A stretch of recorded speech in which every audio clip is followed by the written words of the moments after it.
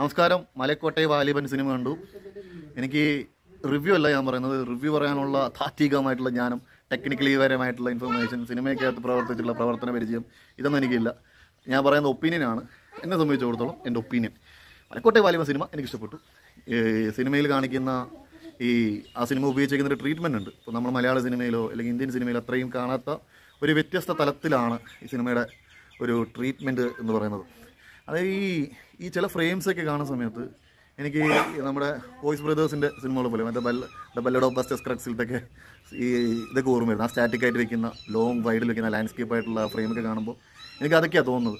അതുപോലെ തന്നെ നമ്മുടെ പഴയ നമ്മുടെ ക്ലിൻറ്റ് ഈസ്റ്റിൻ്റെ സിനിമകൾ അല്ലെങ്കിൽ എന്താ പറയുക, അങ്ങനെയുള്ള ഫ്രെയിമുകളൊക്കെ ഞാൻ പറയുന്നത്. സിനിമ അങ്ങനെയല്ല.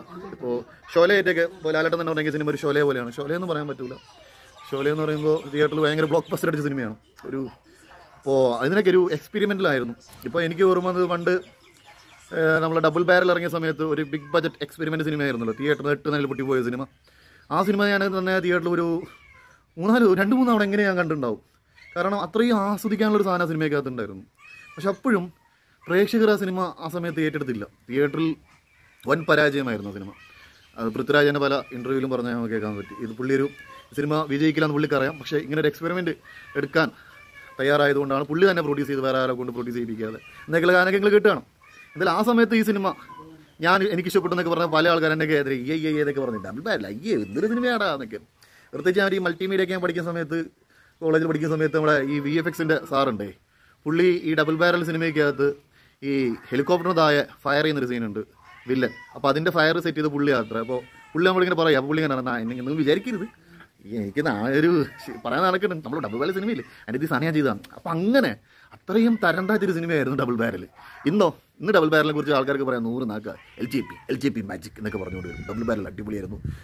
എന്താ പറയുക, ടൈം ട്രാവൽ ഡയറക്ടർ, എന്താ പറയുന്നത്, കാലത്തിന് മുന്നോട്ട് സഞ്ചരിച്ച സംവിധായകൻ എന്നൊക്കെയായിരുന്നു. ഇന്നിപ്പോൾ ഈ അതേപോലത്തെ ഒരു എക്സ്പെരിമെൻ്റ് സിനിമ ഇപ്പോൾ വന്നപ്പോൾ ഇപ്പം ആർക്കും വേണ്ട.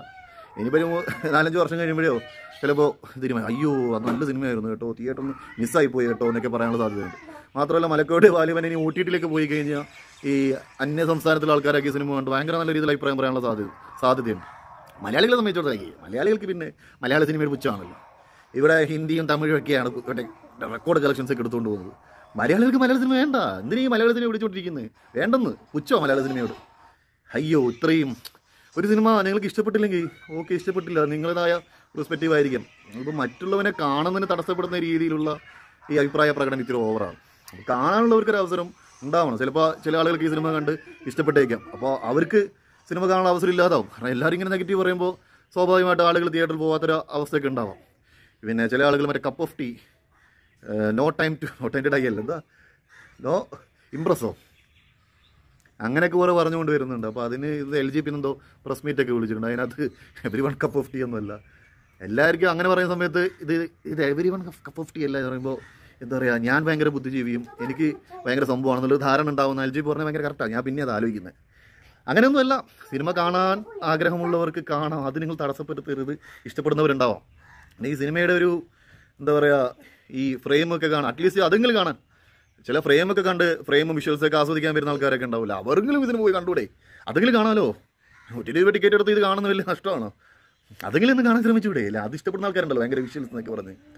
ഇത് അതുമില്ല, ഇത് വലിയ രീതിയിലെന്നാണ് ആൾക്കാർക്ക്. ഇത് ഈ ചെകുത്താനൊക്കെ എന്തൊക്കെയാണ് പറഞ്ഞുകൊണ്ടിരിക്കുക എനിക്കറിയില്ല. പുള്ളി സിനിമ കാണാതെ, ഈ സിനിമ പോലും കാണാതെ എന്തൊക്കെയോ അങ്ങനെ പുള്ളി സിനിമ അങ്ങനെ നെഗറ്റീവായിട്ട് പറഞ്ഞിട്ടില്ല. സിനിമയുടെ പുറത്തുള്ള കാര്യമാണ് പുള്ളി നെഗറ്റീവ് പറഞ്ഞുകൊണ്ടിരിക്കുന്നത്. ഞാൻ പറഞ്ഞു ചെകുത്താനെ ഈ സിനിമ ഒന്ന് കാണണം, പുള്ളി കണ്ടിട്ട് ഇതിൻ്റെ അഭിപ്രായം പറയണം. ഈ അശ്വന്ത് ഗോക്ക്, എനിക്ക് പുള്ളിയുടെ എന്താ പറയുക 20 മിനിറ്റ് വീഡിയോ ഉണ്ടാക്കി വെച്ചിരിക്കുന്നത് യൂട്യൂബിനകത്ത്. 20 മിനിറ്റാണ് പുള്ളി ഒരു റിവ്യൂ ഒക്കെ ഉണ്ടാവുന്നത്. എനിക്കറിയില്ല അശ്വന്ത് ഗോക്കിൻ്റെ പെർസ്പെക്റ്റീവ് പുള്ളിയുടെ അഭിപ്രായം പറയട്ടെ. അപ്പോൾ എന്തായാലും സിനിമ ഈ പറയുന്ന തരത്തിലുള്ള മോശപ്പെട്ട സിനിമയൊന്നുമല്ല, എനിക്ക് ഇഷ്ടപ്പെട്ടിട്ടുണ്ട്. ഈ മുത്തശ്ശി കഥ, ഈ കഥ പറയുന്ന രീതി ചിലപ്പോൾ പ്രത്യേകം പെട്ടെന്ന് കൺവിൻസ് ആവുന്ന രീതി ആയിരിക്കത്തില്ല, വേറൊരു രീതിയിലാണ് കഥ പറയുന്നത്. അപ്പോൾ ചില ആളുകളൊക്കെ ഈ പടത്തിന് സ്ക്രിപ്റ്റ് കൊള്ളത്തില്ലാന്നൊക്കെ, കഥ കൊള്ളില്ലാന്നൊക്കെ പറയുന്നവരുണ്ട്. അത് ഈ പുള്ളി കഥ പറഞ്ഞ മെത്തേഡ് വേറെ രീതിയിലായിപ്പോയി, അതുകൊണ്ടാണ് ഈ കൺവിൻസ് ആകാതെ വരുന്നത്. ഒരുപാട് ഫിലോസഫി പറയുന്ന കാര്യങ്ങൾ ഈ സിനിമയ്ക്കകത്തുണ്ട്. അങ്ങനെ ഒന്നാമത് ഈ സിനിമ പരാജയപ്പെടാൻ അല്ലെങ്കിൽ പ്രധാനപ്പെട്ട കാരണക്കാരാരെന്നറിയാം, ഈ സിനിമയുടെ ക്രൂ തന്നെയാണ്. ഇരുന്നങ്ങ് 1.5 വർഷമായിട്ട് തള്ളുകയായിരുന്നു. പല ഇൻ്റർവ്യൂവിൽ പോയിട്ട് മറ്റു പല സിനിമയുടെ പ്രസ് മീറ്റിനകത്ത് മലക്കോട്ടെ വാലിബൻ വലിച്ചിട്ടിട്ട് അവിടെ ഇരുന്ന് തള്ളുക, ഇവിടെ ഇരുന്ന് തള്ളുക, അപ്പുറത്തിരുന്ന് തള്ളുക. ഭാഗ്യത്തിന് ലാലേട്ടൻ ഈ സിനിമയെ കുറിച്ച് തള്ളിയിട്ടില്ല. പുള്ളി പറഞ്ഞെങ്കിൽ സാധാരണ സിനിമയാണോ? അതല്ല, പുള്ളി പറഞ്ഞ പോലെ തന്നെ ഒരു സാധാരണ ചെറിയൊരു സിനിമ, അത്രേ ഉള്ളൂ. പക്ഷെ വേറെ ആളുകൾക്ക് എന്തൊക്കെയായിരുന്നു തള്ളിയത്. പാപ്പച്ചൻ ഒളിവിലാണെന്ന് ട്രോളൊക്കെ വന്നായിരുന്നു, തിയേറ്റർ കുലുങ്ങിയോ എന്നൊക്കെ ചോദിച്ചു. ഇതൊക്കെയാണ് ഒരു സിനിമയുടെ അമിത പ്രൊമോഷൻ വരുന്ന സമയത്തുള്ള ഒരു കാര്യം. ഈ കാണുന്നവന് ഒരുപാട് എക്സ്പെക്ടേഷൻ ഉണ്ടാക്കി കൊടുക്കും, കാണുമ്പോൾ ആ എക്സ്പെക്ടേഷൻ മീറ്റ് ചെയ്യത്തില്ല. ഒന്നാമതൊരു സിനിമ എക്സ്പെക്ടേഷൻ വെച്ച് കാണുന്നതന്നെ ഒരു മണ്ടത്തരമാണ്. പിന്നെ നമ്മുടെ എക്സ്പെക്ടേഷൻ വെച്ചിട്ട് സിനിമ സംവിധായകൻ ഉണ്ടാക്കണമെന്ന് പറയുന്നത് അതിൻ്റെ ഒരു യുക്തി എനിക്ക് മനസ്സിലാകുന്നില്ല. ഇനിയിപ്പോൾ ഏറ്റവും നല്ലത് ഈ സംവിധായകർ എന്തെങ്കിലും വെച്ചാൽ കാസർഗോഡ് തൊട്ട് തിരുവനന്തപുരം വരെ ഈ സിനിമ കാണുന്ന ആൾക്കാരുടെയും പ്രധാനപ്പെട്ട റിവ്യൂ പറയുന്ന ആൾക്കാരുടെയും ഈ സിനിമാ പ്രേമികളുണ്ട്, സിനിമാറ്റിക് തിയേറ്ററിൽ പോകുന്ന ആൾക്കാർ, അവരൊക്കെ കണ്ടുപിടിച്ചിട്ട് സർവേ എടുക്കുക, ഇവർക്ക് ഇഷ്ടപ്പെട്ട സിനിമകൾ ഏതൊക്കെ ജോണർ അവർക്ക് ഇഷ്ടം, ഏത് തരം കഥ പറച്ചിൽ അവർക്ക് വേണ്ടത് എന്നൊക്കെ അറിഞ്ഞ് അതിനനുസരിച്ച് സിനിമ ഉണ്ടാക്കേണ്ടി വരും. അല്ലാതെ ഈ മലയാള സിനിമ രക്ഷപ്പെടുന്നത് എനിക്ക് തോന്നുന്നില്ല. ഇവിടെ എന്ത് വന്നാലും മലയാളികൾക്ക് മലയാള സിനിമ എടുപ്പിച്ചോ. ഒന്നാമത് ഈ സിനിമ കാണാൻ പറ്റുന്നില്ല തിയേറ്ററിനകത്തുനിന്ന്. ആൾക്കാർ ഇന്ന് കമൻട്രി പറയുന്നു, എന്തൊക്കെയോ പറയുന്നു, കൂക്കി വിളിക്കുന്നു. ഈ കമൻട്രി പറയുന്നത് സിനിമയിലത്തെ ഡയലോഗാണോ തിയേറ്ററിൽ നിന്ന് വരുന്നതാണോ എന്ന് മനസ്സിലാവുന്നില്ല. വലിയ തരത്തിൽ നമുക്ക് ഡിസ്റ്റർബ്ഡ് ആവും അങ്ങനെയൊക്കെ വരുന്ന സമയത്ത്. അത് ചില ആളുകൾക്ക് ഈ മലങ്കൾട്ട് എന്ന് പശുനോക്ക് പറഞ്ഞ മലങ്കൾട്ട് എന്ന് കാണുന്നവർക്ക് ചിലപ്പോൾ ഈ കമൻട്രി ഇഷ്ടപ്പെടുന്നവരുണ്ടാവാം. തിയേറ്ററിനകത്തുനിന്ന് ആൾക്കാർ പറയുന്ന പരിഹാസങ്ങൾ കേട്ട് രസിക്കുന്ന ആൾക്കാരുണ്ടാവാം. ഒന്നും പറഞ്ഞിട്ട് കാര്യമില്ല. അതൊക്കെ എന്തായാലും മലക്കോട്ടെ വാലിബൻ എന്ന് പറയുന്ന സിനിമ നഷ്ടമാക്കുന്നത് നമ്മുടെ മലയാള സിനിമയോട് നമ്മൾ കാണിക്കുന്ന എന്തോ ഒരു അസഹിഷ്ണുത പോലെ എനിക്ക് തോന്നുന്നത്. ഇവിടെ ഇങ്ങനെയുള്ള സിനിമകളൊന്നും വേണ്ട, ഇത്തരത്തിലുള്ള സിനിമ ഒന്നും ഇവിടെ വേണ്ട. ഇത് ഈ നമ്മുടെ നൻപകൽ നേരത്ത് മയക്കം വന്ന സമയത്ത് തിയേറ്ററിനകത്ത് വലിയ രീതിയിൽ ഓടിയിട്ടൊന്നുമില്ല, പക്ഷേ കണ്ടവർ നല്ല അഭിപ്രായമാണ് പറഞ്ഞത്. പിന്നെ അതൊരു കൊമേഴ്ഷ്യൽ എലമെൻറ്റ് അതങ്ങനെ തന്നെയല്ല. ഒരു അവാർഡ് പടം എന്ന് പറയുന്ന സമയത്ത് അങ്ങനെയുള്ള സിനിമ കാണുന്ന പ്രേക്ഷകർ മാത്രമേ പോയിട്ട് കണ്ടിട്ടുള്ളൂ. അതുകൊണ്ട് ആ സിനിമയ്ക്ക് അത് വലിയ നെഗറ്റീവ് വരാതിരുന്നത്. അല്ലെങ്കിൽ എല്ലാവരും ഒഴുകി അങ്ങ് പോയിരുന്നെങ്കിൽ ഇതൊരവസ്ഥ ചിലപ്പോൾ അതിനും വന്നേങ്ങനെ ഞാൻ ആലോചിക്കുകയായിരുന്നു. എന്തായാലും അതിന് അത്തരം പ്രേക്ഷകർ കിട്ടിയതുകൊണ്ട് നല്ല അഭിപ്രായം കിട്ടി. പിന്നെ ആ സിനിമയും വാലിബനും നൻപകൽ നേരത്ത് മയക്കും വാലിബനും കമ്പയർ ചെയ്യാൻ പറ്റത്തില്ല. രണ്ടും വേറൊരു ജോണറിലായിരിക്കുന്നത്. അതായത് വേറെ തന്നെ ഇപ്പോൾ നമ്മൾ കണ്ടുവന്ന ഈ മലയാള സിനിമയിലുള്ള കണ്ടുവന്ന ഒരു ഫോർമാറ്റൊന്നുമല്ല, വ്യത്യസ്തമായ രീതിയിൽ വേറൊരു, അത് മലയാളം സംസാരിക്കുന്നത് മാത്രമേ ഉള്ളൂ, വേറെ ഏതോ ഭാഷ പോലെ നമുക്ക് ഫീൽ ചെയ്യുന്നു. വേറെ ഏതോ, പ്രത്യേകിച്ച് രാജസ്ഥാനിലൊക്കെയാണ് ഷൂട്ട് ചെയ്തിരിക്കുന്നത്, കേരളത്തിലുള്ള സ്ഥലങ്ങളൊന്നും സിനിമയ്ക്കകത്തില്ല. അതുകൊണ്ട് ഒരു നാടോടി കഥ അങ്ങനെയാണ് പറയാം. ഇപ്പോൾ നാടകമാണെന്നൊക്കെ പറഞ്ഞുകൊണ്ട് ആൾക്കാർ വരുന്നു. അതിൽ എന്നെ സംബന്ധിച്ചിടത്തോളം എനിക്കിതൊരു വേറെ തന്നെ ഒരു അനുഭവമുള്ളൊരു സിനിമയാണ്. അതായത് ഞാൻ ഈ സിനിമ കാണുമ്പോൾ എക്സ്പെക്ടേഷൻ വെച്ച് സിനിമ കാണുന്ന ഒരാളല്ല ഞാൻ. എനിക്ക് യാതൊരു രീതിയിൽ എക്സ്പെക്ടേഷനും ഇല്ല. പോവുക, കാണുക, വരിക, അത്രേ ഉള്ളൂ. കണ്ടപ്പോൾ എനിക്ക് ഇഷ്ടപ്പെട്ടു, അത്രേ ഉള്ളൂ.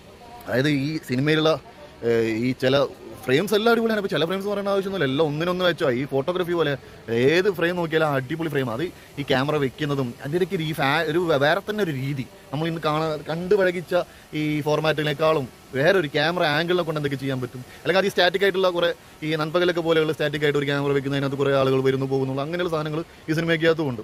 ഈ LJP ടച്ച് എന്ന് പറയുന്ന സാധനം ഉണ്ടല്ലോ. ഇപ്പോൾ LJPയുടെ ഓരോ സിനിമ എടുത്ത് നോക്കൂ, വെവ്വേറെ തരത്തിലാണ് ഉണ്ടാക്കിയിരിക്കുന്നത്, വെവ്വേറെ ജോണറുകൾ, വെവ്വേറെ സ്റ്റോറി ടെല്ലിംഗ് രീതികൾ, ഓരോ സിനിമയും വെവ്വേറെ സാധനങ്ങളാണ്. അപ്പോൾ ഈ ഡബിൾ ബാരൽ പോലെയല്ല മലക്കോട്ടെ വാലിബൻ, അല്ലെങ്കിൽ അങ്കമാലി ഡയറീസ്, ഏമായു, പിന്നെ ഏതാ ജീൻ ജല്ലിക്കെട്ട്, ഇതെല്ലാം വെവ്വേറെ രീതിയിൽ വെവ്വേറെ സ്റ്റൈൽ ഉണ്ടാക്കിയ സിനിമകൾ. ആമേനൊക്കെ വേറെ സ്റ്റൈലാണ്. അപ്പോൾ LJPയുടെ എല്ലാ സിനിമയും ഒരേപോലെ അല്ല. അപ്പോൾ അങ്ങനെ തെറ്റാറുണ്ടാവല്ലേ.